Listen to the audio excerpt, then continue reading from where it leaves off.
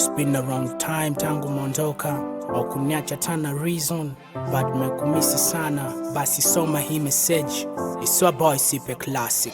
Hivi ni why uliondoka kati bado na kuhitaji penzi langu biashara kwako kuniacha na mtaji. Meniacha tu na huzuni wananipoza washikaji, mpaka mama unamchanganya na niuliza hivi ni nani huyo msichana, mbona unampenda sana? Kifupi unamwaza sana, sio wa kwanza kuachana, ila bado kama unaweza rudi. Usimfanyie vibaya mama, usimfanyie kusudi.